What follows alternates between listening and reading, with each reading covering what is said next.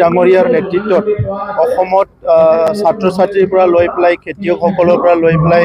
দৰিদ্ৰ জনগণক লৈ সকলো শ্ৰেণীৰ ৰাইজৰ কাৰণে বহুতখিনি আঁচনি ইতিমধ্যে প্ৰদান কৰা হৈছে আৰু মুখ্যমন্ত্ৰী ডাঙৰীয়াৰ মুখ্যমন্ত্ৰী দায়িত্ব লোৱাৰ লগে লগে যেটো ঘোষণা কৰিছিলে যে অসমখন ভাৰতৰ ভিতৰত এখন শ্ৰেষ্ঠ ৰাজ্য হ'ব লাগিব আৰু ইয়াৰ কাৰণে যিখিনি ফাউণ্ডেশ্যন লাগে ইতিমধ্যে মুখ্যমন্ত্ৰী ডাঙৰীয়াই নিৰ্মাণ কৰিলে আজি মানৱ সম্পদ উন্নয়নৰ কাৰণে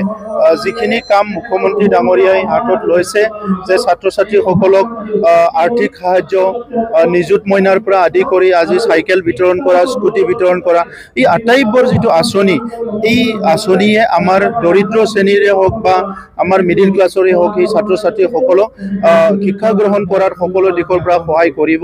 আৰু অনাগত দিনত আমাৰ ছাত্ৰ ছাত্ৰীসকলে খুব ভাল পৰিৱেশত শিক্ষা গ্ৰহণ কৰি নিজকে মানৱ সম্পদ হিচাপে গঢ় দিয়াৰ কাৰণে তেখেতসকলে আগবাঢ়ি যাব পাৰিব মই হেতু আশা কৰিছো আৰু ইয়াৰ কাৰণে এই ভাল ভাল আঁচনিবিলাক আনি পেলাই আৰু অসমৰ ৰাইজক প্ৰদান কৰাৰ কাৰণে মই মুখ্যমন্ত্ৰী ডাঙৰীয়াক ধন্যবাদ জনাইছো